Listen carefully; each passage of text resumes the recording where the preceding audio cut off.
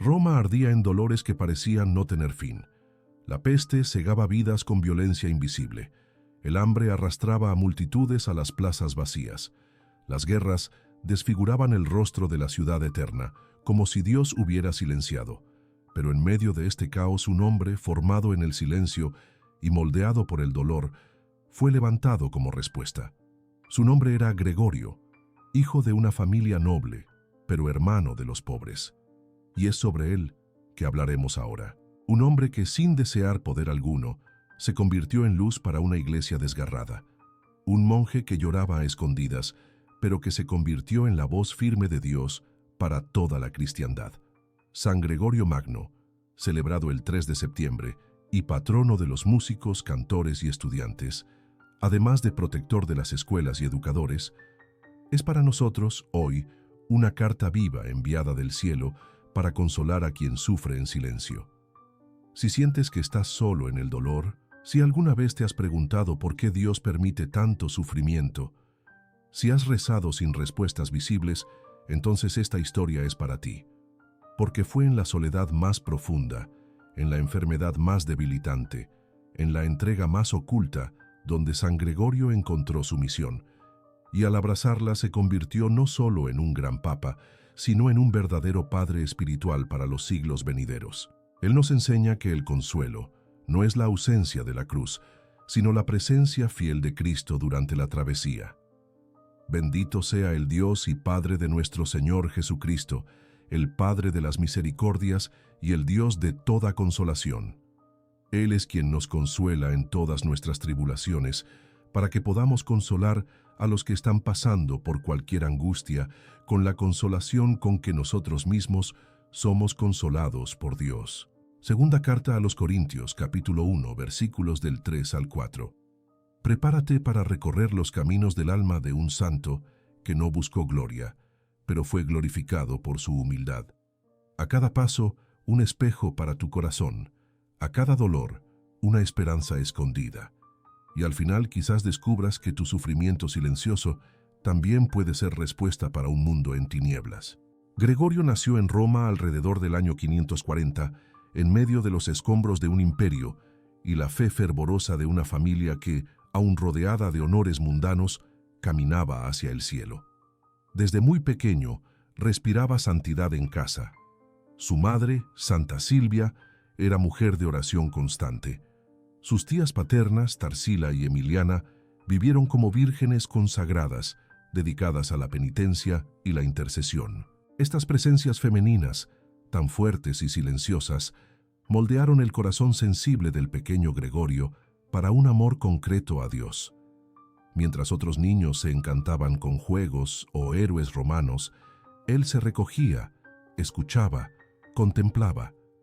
El mundo no parecía suficiente para aquel niño de ojos atentos y alma inquieta. Las lecciones que más marcaron su infancia no fueron enseñadas en salones de estudio, sino en el silencio de las oraciones nocturnas de su madre, en las conversaciones piadosas de sus tías, en los gestos de caridad que desbordaban de su casa. La fe era el cimiento de su educación, y aun rodeado de riqueza, Gregorio crecía como quien ya presentía que todo aquello un día le sería quitado, no como castigo, sino como camino.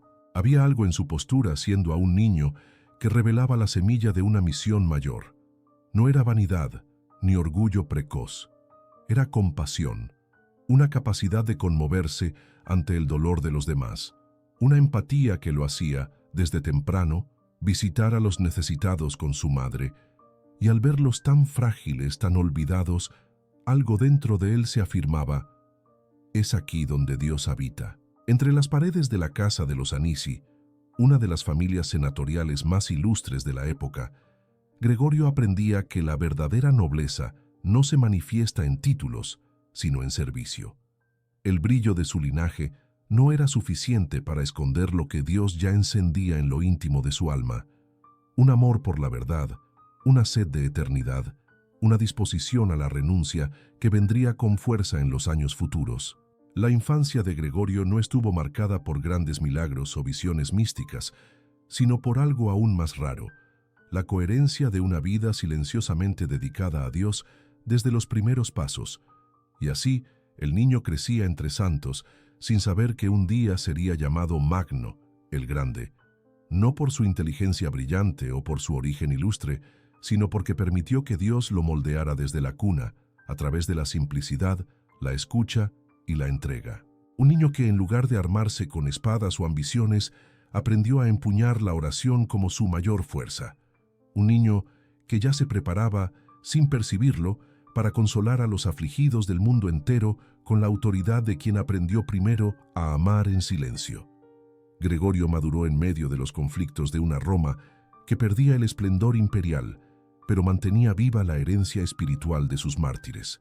Inteligente, aplicado y formado en las mejores escuelas de la época, no tardó en destacarse. A los 30 años fue nombrado prefecto de la ciudad, el cargo civil más alto de la capital italiana.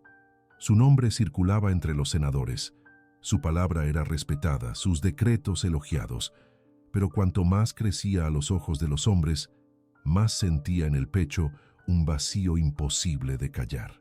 Las ceremonias, las responsabilidades y los elogios públicos solo ampliaban el eco de una pregunta antigua.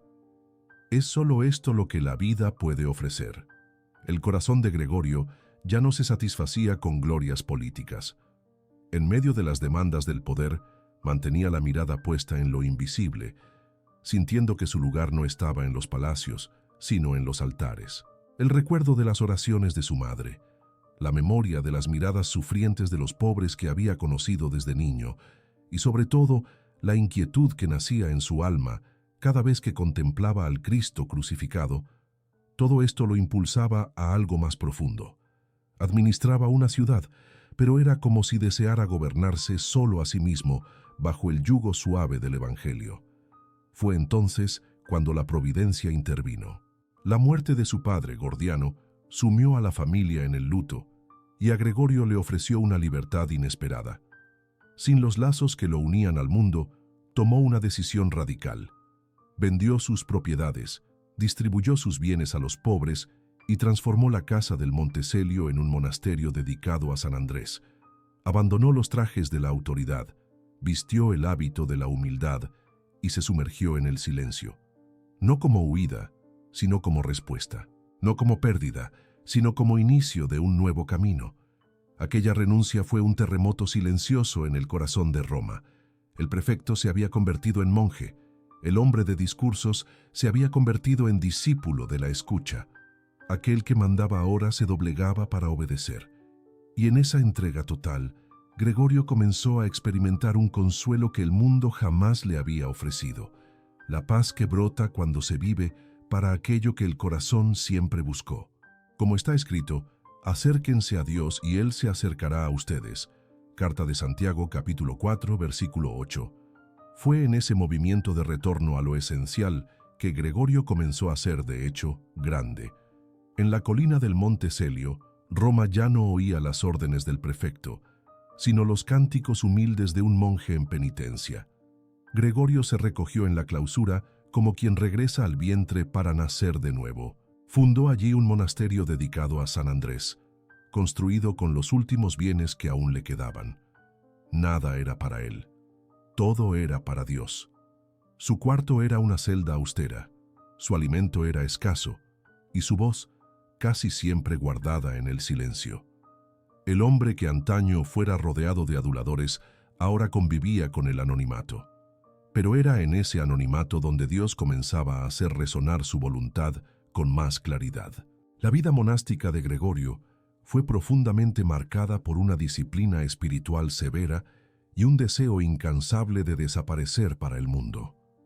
Ayunaba con frecuencia, oraba día y noche y realizaba los servicios más simples del monasterio con el mismo fervor con que antes había administrado la ciudad.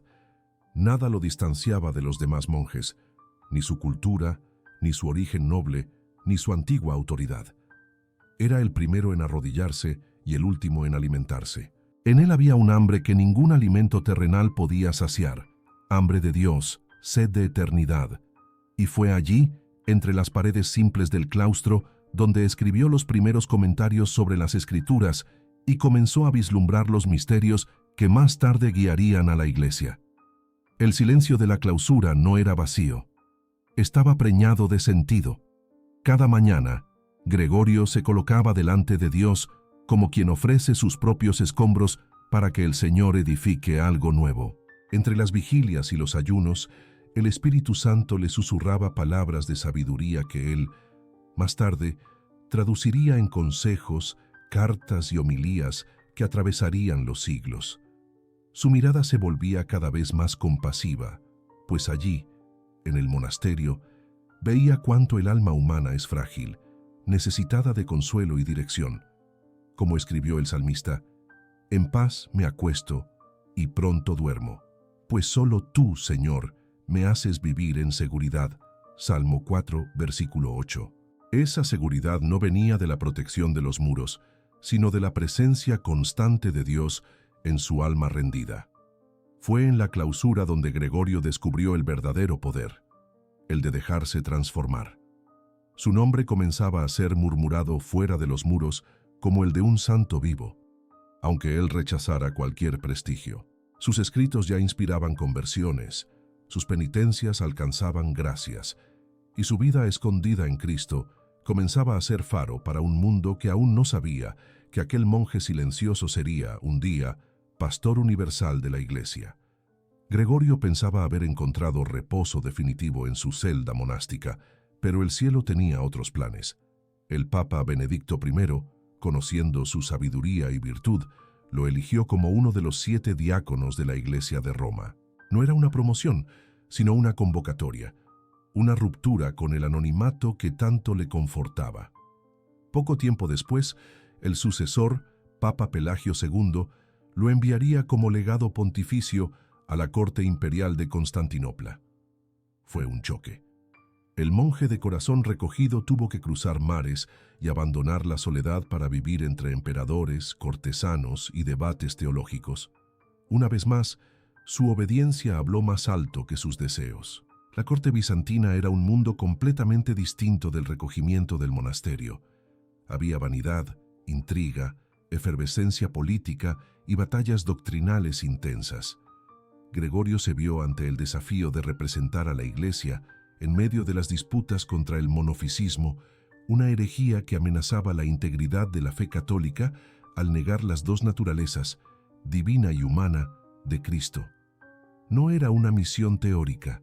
Estaba en juego la propia identidad de Jesús, y Gregorio, sostenido por la oración que nunca había abandonado, enfrentó los debates con firmeza, mansedumbre y claridad. No buscaba vencer con palabras, sino testificar con vida. A pesar de su eficacia y de la estima que conquistó en la corte, Gregorio se sentía exiliado de aquello que realmente nutría su alma. En cartas escritas en la época, se desahogaba con amigos cercanos, revelando el dolor de estar lejos del monasterio y cuánto sufría con la frialdad espiritual que lo rodeaba. Aún así perseveraba. Mantenía una vida de oración intensa, ayuno y penitencia, siendo señal de coherencia cristiana donde pocos osaban vivir la fe con profundidad. La fidelidad en medio de la nostalgia lo hizo crecer aún más interiormente. Como el profeta Jonás que fue lanzado al mar contra su voluntad, Gregorio también fue enviado a un lugar que no había escogido, pero fue allí donde Dios habló por medio de él. Durante esta misión en Constantinopla, también comenzó a escribir su gran obra Comentarios sobre el libro de Job, que más tarde sería llamada Moralia in Job. Un tratado no solo teológico, sino existencial. Gregorio veía en Job no solo un hombre del pasado, sino el retrato vivo de todo cristiano que sufre sin entender, que persevera sin respuestas, que confía incluso cuando todo parece perdido. Y quizás él mismo fuera el primer destinatario de este mensaje, pues escribía a partir de su propia prueba. El Señor lo dio, el Señor lo tomó. Bendito sea el nombre del Señor. Libro de Job, capítulo 1, versículo 21. Esta era la lógica de su alma. Aceptar todo como gracia, incluso el dolor de no estar donde más deseaba. La misión en Constantinopla no lo alejó de Dios, sino que lo profundizó aún más en él. Y sin que lo supiera, este tiempo lo preparaba para algo aún mayor. cargar un día en sus hombros cansados el peso de la iglesia entera. Roma tambaleaba como una embarcación a la deriva. Peste, hambre, inundaciones y una amenaza constante de los lombardos convertían la ciudad en un escenario de agonía. Cuando el Papa Pelagio II fue llevado por la peste, la Iglesia, en su dolor y desorientación, volvió los ojos hacia Gregorio. Él, sin embargo, no deseaba la cátedra de Pedro. Huyó, se escondió, lloró. No por cobardía, sino por temor santo. Se sentía incapaz de gobernar un rebaño tan desgarrado. No quería ser visto como jefe, sino como siervo. La fama de su santidad, no obstante, ya se había extendido, y el pueblo clamaba por él como quien suplica por un pastor en medio de la noche.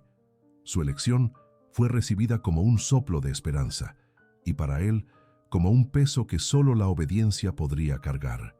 A los ojos de muchos, convertirse en papa era una coronación. Para Gregorio era un martirio. Cuando finalmente aceptó, escribió al patriarca de Constantinopla diciendo: «Perdí la alegría de la quietud y me veo envuelto por las tempestades de un mar de preocupaciones». Sus palabras no escondían el dolor del abandono de su amada soledad monástica. Aún así, se doblegó ante el llamado, y en ese acto de rendición, una vez más, se convirtió en instrumento del consuelo de Dios para el pueblo. El monje se convirtió en papa, pero no perdió el alma de siervo. Continuaba usando el nombre de siervo de los siervos de Dios, título que hasta hoy resuena entre los sucesores de Pedro como símbolo de la verdadera autoridad, aquella que sirve. Nada más asumir el pontificado, Gregorio se negó a mantener las pompas palaciegas. Administraba la iglesia como un pastor que conoce a sus ovejas, enviaba limosnas, organizaba la caridad, reformaba la disciplina eclesiástica, promovía la enseñanza de la fe con profundidad y claridad. No era un administrador frío, sino un padre que sufría con los hijos. En una carta escribió: «¿Quién soy yo para ocupar el trono apostólico, yo que me siento más cercano a las flaquezas de Pedro que a su fortaleza?» Él sabía que el peso de la cruz papal no podría ser sostenido con orgullo, sino solo con humildad y oración. En estos primeros tiempos de pontificado, su salud también comenzó a dar señales de gran fragilidad. Las enfermedades que lo acompañarían hasta el fin hacían de cada día una penitencia silenciosa. Pero él no se detenía en ellas. Continuaba firme, alimentando al pueblo con su doctrina y su compasión. Enseñaba que el dolor no es impedimento para la misión, sino parte de ella. Como está escrito: «Pues cuando soy débil, entonces soy fuerte». Segunda carta a los Corintios, capítulo 12, versículo 10. La fragilidad no lo disminuyó. Al contrario, lo hizo aún más cercano a los pobres, a los enfermos, a los desesperanzados. Gregorio no quiso ser papa, pero al decir sí, selló con el cielo una alianza de sufrimiento y fidelidad. Su elección no fue un triunfo, sino una ofrenda, y esa ofrenda fue aceptada por Dios como perfume de sacrificio. Era el inicio de un pontificado que marcaría para siempre la historia de la Iglesia. Fue aún como abad que Gregorio tuvo un encuentro que marcaría su alma con un llamado profético. Cierta vez, pasando por el mercado de esclavos, vio a 3 jóvenes de apariencia distinta, ojos claros y cabellos rubios. Preguntó de dónde venían. Le dijeron: «Son anglos». Su corazón, tocado por la compasión, respondió: «Non angli, sed angeli». No son anglos, sino ángeles, si tuvieran la fe de Cristo. En aquellos rostros extranjeros y aprisionados, Gregorio vio no solo el dolor de la esclavitud, sino la ausencia de la luz del Evangelio. Fue como una herida abierta. ¿Cómo podrían vivir tantos pueblos sin siquiera conocer la verdad que salva? Esta inquietud, lejos de ser olvidada, creció con el tiempo. Ya como papa, Gregorio no se limitó a administrar los problemas de Roma. Su mirada era católica en el sentido más pleno, universal, y fue por eso que tomó una decisión audaz: enviar misioneros para evangelizar a los anglosajones. Escogió a Agustín, uno de sus monjes más cercanos, y a 40 hermanos más del monasterio de San Andrés para atravesar los peligros y sembrar la palabra donde ella aún era desconocida. No era una misión simple. Enfrentarían lo desconocido, el rechazo, el frío y la inseguridad. Pero Gregorio los sostenía con cartas, oraciones y confianza firme. La evangelización de Inglaterra no fue solo una obra diplomática o expansionista. Era, para Gregorio, un acto de amor radical. Quería que aquellos ángeles tuvieran acceso al cielo. Él mismo habría ido si los romanos no lo hubieran retenido. No era el trono de Pedro lo que le interesaba, sino el rescate de almas. Envió instrucciones detalladas, adaptando el lenguaje del Evangelio a las culturas locales, respetando costumbres, estableciendo puentes. Tenía la sabiduría de quien sabe que Dios no impone, sino propone. Como escribió, la fe no se impone por la fuerza, sino que se comunica por la persuasión humilde y por la misericordia. Fue así como Agustín llegó a Canterbury y allí sembró las semillas de una nueva cristiandad. Gregorio lloraba por Roma, pero soñaba con el mundo. No había límites para su compasión misionera. En tiempos en que todo parecía desmoronarse, él no se contentó con preservar lo que quedaba. Quería alcanzar los confines. Como dijo el propio Cristo, id por todo el mundo y predicad el Evangelio a toda criatura. Evangelio de Marcos capítulo 16, versículo 15. El Papa, que amaba el silencio, se hizo voz para los que nunca habían oído. Su alma ardía por aquellos que vivían en las tinieblas de la ignorancia, y aun de lejos, acompañaba cada paso de los misioneros con el celo de un padre que ama más la salvación que la seguridad. La misión a los anglos fue un hito en la historia de la Iglesia y de Europa, pero para Gregorio fue solo el cumplimiento de un deber de amor.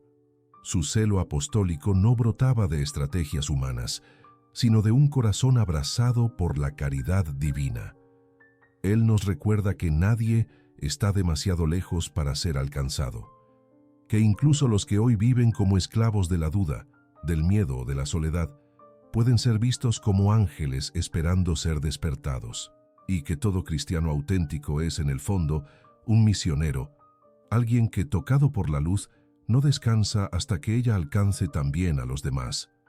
Al asumir el peso del pontificado, Gregorio no buscó solo restaurar estructuras administrativas o resolver los conflictos externos. Su mirada penetraba más hondo, más allá. Veía la necesidad urgente de curar el corazón del clero y del pueblo. Para él, una iglesia que no se purifica interiormente se vuelve frágil, vulnerable e incapaz de consolar. Su primera reforma, por lo tanto, fue espiritual. Con firmeza y ternura, pasó a reordenar la vida de los pastores, exigiéndoles aquello que él mismo vivía: coherencia, humildad y celo por las almas. Gregorio comprendía que un sacerdote sin oración es como una lámpara sin aceite.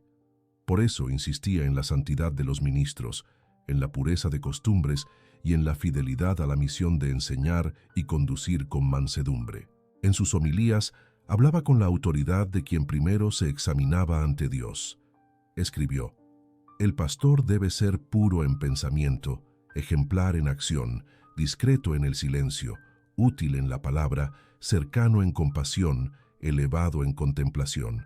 Su regla pastoral se convirtió en espejo para los obispos de toda la cristiandad, no como un manual técnico, sino como un itinerario de conversión.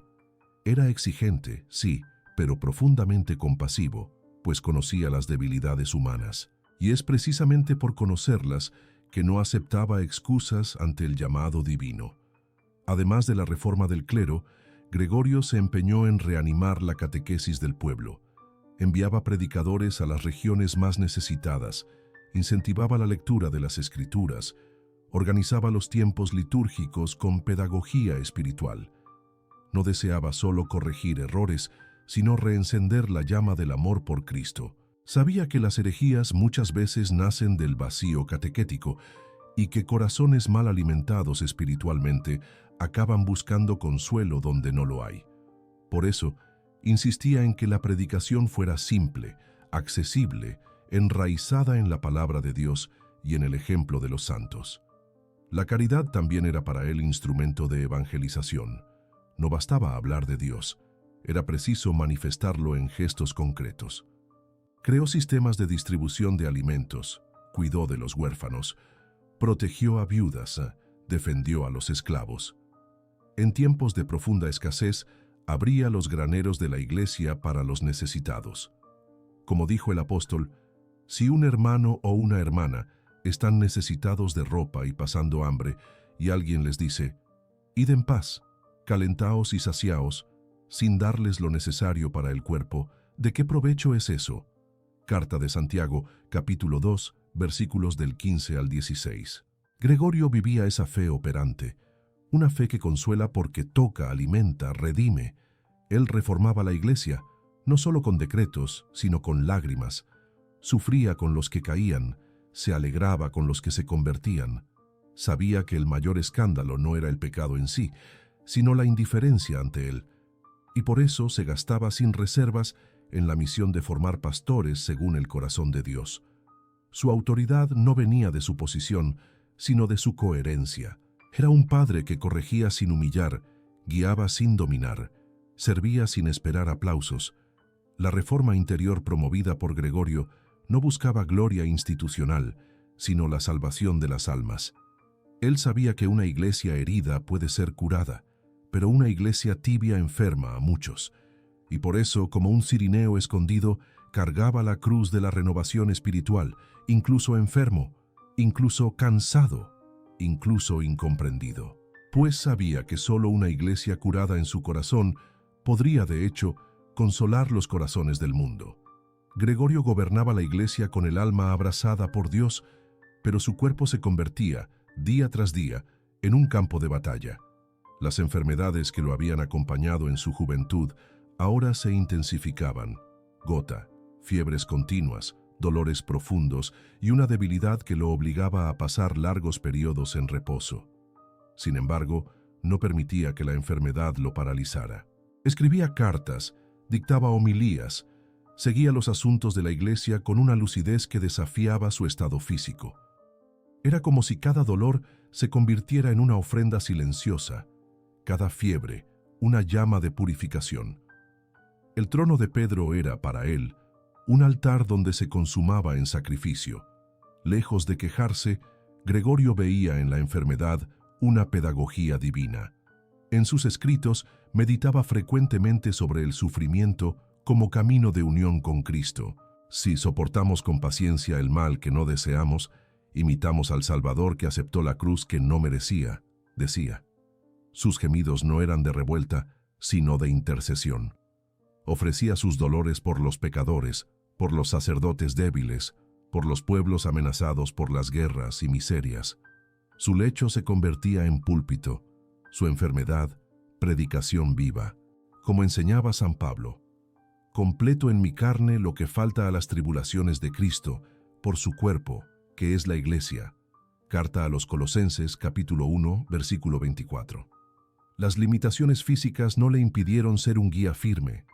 Continuaba atento a las necesidades de la iglesia y del pueblo, dictaba sus instrucciones con exactitud, cuidaba de los nombramientos episcopales, tomaba decisiones difíciles con discernimiento espiritual. Muchos que lo visitaban esperando encontrar un hombre vencido por el dolor, salían impresionados con su serenidad. Era como si una fuerza invisible lo sostuviera, y de hecho, lo sostenía. El Espíritu Santo era su fuerza, su claridad, su reposo. En medio de la agonía encontraba una paz que escandalizaba a los fuertes y consolaba a los débiles.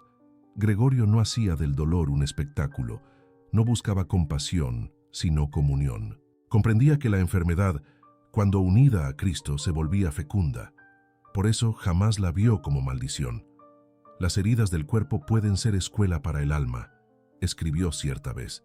Y en esta escuela, él se dejaba moldear, purificar, configurar, cada día más escondido, más ofrecido, más unido al Cordero inmolado. Su vida se convirtió, en fin, en Eucaristía vivida, un don que se parte, que se reparte, que se consume en favor de los demás. Así el Papa enfermo se convertía en espejo para los que sufren. Mostraba que la fragilidad puede ser camino de salvación, que la cama del enfermo puede ser lugar de misión. Él enseñaba con su propia carne que el consuelo de Dios no retira la cruz, sino que la transforma en lugar de encuentro. Y es por eso que su vida, aún marcada por tantos dolores, continúa consolando a los que hoy también padecen en silencio, porque en él la debilidad no venció, fue transformada en fuerza que permanece. Gregorio sabía que para curar el alma de la Iglesia no bastaba corregir costumbres o enviar misioneros, era preciso purificar el corazón de la oración. La liturgia para él no era mero rito o formalidad, sino el espacio sagrado donde el hombre toca a Dios y se deja transformar por él. En tiempos de peste, hambre y angustia, la oración no podía ser vacía. Necesitaba ser alimento, necesitaba consolar. Y fue por eso que el Papa reformador volvió su mirada hacia el altar, hacia los cánticos, hacia el modo como el pueblo se colocaba ante el misterio. No por vanidad estética, sino por compasión pastoral. Él reorganizó la liturgia romana con profundo discernimiento espiritual, estructurando lo que hoy conocemos como rito gregoriano, la forma más antigua de la misa que llegaría hasta nuestros días. Con humildad y precisión, retiró repeticiones innecesarias, añadió súplicas más profundas, estableció una cadencia más contemplativa. No hacía innovaciones por gusto personal, sino por un celo por la claridad y por la piedad. El centro no era el rito en sí, sino el Cristo que se ofrece en él. Como escribió, que la oración sea siempre expresión del interior y no mero sonido sin alma. Pero quizás el fruto más sensible de su reforma haya sido el canto. Gregorio reconocía que la música podía ser camino de elevación del alma o distracción del espíritu. Por eso se dedicó a purificar los cánticos sagrados, seleccionando melodías que favorecieran el recogimiento y la oración auténtica. Organizó el antifonario romano, preservando los salmos y composiciones más antiguas, y fundó una escuela para formar cantores, la Schola Cantorum, destinada a transmitir el arte de lo que vendría a llamarse canto gregoriano. No era una revolución sonora, sino una reeducación espiritual. El canto dejaba de ser ornamento y se convertía en súplica. Se oía menos al artista y más el espíritu que clama en medio de las lágrimas. Estos cánticos, compuestos con simplicidad y elevación, pasaron a hacer resonar en la liturgia el consuelo que el pueblo tanto buscaba. En cada Kyrie, un clamor por misericordia. En cada Agnus Dei, el reconocimiento del Cordero que quita el pecado del mundo. La oración cantada se convertía en bálsamo, respiro, puente entre el cielo y la tierra. Y como está escrito, cantad al Señor un cántico nuevo, cantad al Señor todas las tierras. Salmo 96, versículo 1. Gregorio nos enseñaba que incluso en medio del dolor, el canto puede ser forma de resistencia espiritual, de adoración que consuela. Su reforma no se limitó a la técnica litúrgica. Era expresión de un alma que deseaba ver al pueblo rezando con verdad, tocando a Dios con reverencia y recibiendo de Él el consuelo que ninguna palabra humana puede ofrecer. Él sabía que la liturgia bien vivida cura heridas invisibles, fortalece a los que están por un hilo y reconstruye poco a poco la esperanza que el sufrimiento tiende a desmoronar. Por eso, su atención a la misa, a los tiempos litúrgicos y a la belleza simple de la oración no era secundaria, sino esencial. Gregorio comprendía que en una época de ruinas externas e internas, era preciso reconstruir el alma del pueblo por la alabanza. Y así lo hizo, no con gritos o espectáculos, sino con la fuerza silenciosa de quien sabía que Dios habita donde hay verdad y adoración. Su reforma litúrgica no es solo herencia musical, es un testamento espiritual que aún hoy consuela a los que se arrodillan sin palabras, pero con el corazón listo para escuchar el sonido suave del Espíritu. En los últimos años de su vida, Gregorio parecía cargar en sus hombros no solo el peso de Roma, sino el dolor de toda la cristiandad. Su salud, ya frágil desde la juventud, se deterioraba a un ritmo lento y cruel. La gota, que le causaba dolores punzantes, se sumaba a fiebres constantes, limitaciones físicas severas y una debilidad que lo obligaba a permanecer días enteros acostado. Pero aún así, Continuaba dictando cartas, orientando obispos, recibiendo embajadores y siguiendo atentamente el rumbo de la iglesia. Como un sacerdote junto al altar, se ofrecía sin reservas hasta que nada quedara, sino Dios. Y era todo lo que él deseaba. El fin no lo sorprendió como ladrón. Llegó como visita esperada, recibida con paz. El día 12 de marzo del año 604, Roma se silenció para contemplar el desenlace de una vida gastada como lámpara ante el Santísimo. Gregorio partía en paz, después de 13 años de pontificado, ofreciendo al cielo su última respiración como quien devuelve, con gratitud, el don que recibió. No hubo alarde, ni milagros estruendosos, sino un perfume de santidad que se esparció por toda la ciudad, como la brisa que anuncia la mañana después de la tormenta. Sus contemporáneos sabían, allí moría un santo. Por eso la aclamación de su santidad fue inmediata, casi natural, como si el propio pueblo intuyera que aquel hombre ya estaba siendo recibido por el Padre como siervo bueno y fiel. Sus últimas palabras, según registros de la tradición, fueron un salmo. En tus manos encomiendo mi espíritu. Tú me has redimido, Señor Dios de verdad. Salmo 31, versículo 5. Era el resumen de su vida entera, una entrega continua, una confianza inquebrantable, incluso en medio de los sufrimientos más duros. Su muerte no fue derrota, sino cumplimiento. Como había enseñado tantas veces, no se mide la grandeza de un alma por la ausencia de dolor, sino por la fidelidad con que ella ama a Dios en medio de él. Y Gregorio amó hasta el fin. La Basílica de San Pedro, que ya había sido testigo de tantos dramas de la fe, se convirtió ahora en casa de reposo para uno de sus mayores pastores. Su cuerpo fue sepultado allí, sin ostentación, pero rodeado de una veneración profunda. Y no tardó en que multitudes comenzaran a visitar su tumba, buscando el consuelo que tantas veces encontraron en sus palabras. Una iglesia entera pasó a repetir su nombre con gratitud, y la proclamación de su santidad, venida del clamor del pueblo y confirmada por la autoridad de la iglesia, selló su vida con la dignidad de doctor y pastor eterno. La iglesia pasó a invocarlo como San Gregorio Magno, no por los títulos o realizaciones humanas, sino porque él fue un espejo claro del Cristo siervo. Como está escrito, he peleado la buena batalla, he terminado la carrera, he guardado la fe.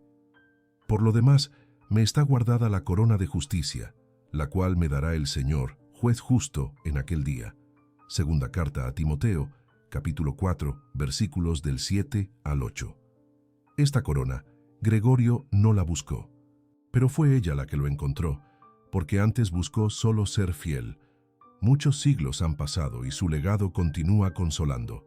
Sus escritos aún iluminan a teólogos, sus reformas aún moldean la liturgia, su vida aún inspira a los que sienten miedo ante el sufrimiento. Y su tumba en la Basílica Vaticana permanece como testimonio silencioso de que el consuelo de Dios no es teoría, sino promesa cumplida. Porque aquel que amó a los pobres, a los enfermos, a los anglos, a los monjes, a los pecadores y a toda la iglesia, ahora contempla, cara a cara, a aquel que es la fuente de todo consuelo.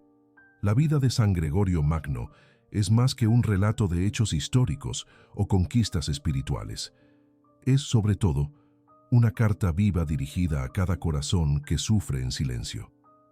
En él, Dios escribió con el fuego de la prueba, con la tinta de la renuncia, con la caligrafía suave de la misericordia. Cada estación de su existencia, desde la infancia entre los santos hasta la muerte serena en Roma, revela una única verdad, que el consuelo verdadero no nace de la ausencia de dolor, sino de la certeza de que Dios está presente en medio de ella. Gregorio no fue librado de las tempestades, él simplemente aprendió a atravesarlas con los ojos fijos en el eterno. Su historia permanece como un espejo. Para los que viven el anonimato del bien, él enseña que el silencio puede ser más elocuente que el aplauso. Para los que sufren enfermedades que no cesan, muestra que el cuerpo herido puede ser altar de salvación. Para los que rezan y sienten que no son escuchados, confirma que el cielo escucha hasta los gemidos más ocultos, y para los que temen su propia misión, enseña que la obediencia fecunda más que el entusiasmo. Gregorio vivió para consolar y consuela aún. Sus escritos son bálsamo, sus reformas son fuente, su vida es testimonio de que la santidad es posible cuando se abraza la cruz con fe y humildad. El consuelo que emana de él no es emoción pasajera, sino presencia duradera, y permanece porque no se basa en la fuerza del hombre, sino en la fidelidad de Dios. Como dice la Escritura, cercano está Jehová a los quebrantados de corazón, y salva a los de espíritu abatido. Salmo 34, versículo 18. San Gregorio es, por eso, un faro para los quebrantados, un puente entre el cielo y los que se sienten olvidados. En cada gesto suyo, vemos la mano de Dios extendiéndose a los pobres, a los enfermos, a los que buscan sentido, y en su muerte no encontramos el fin de una misión, sino el inicio de una intercesión que jamás cesó.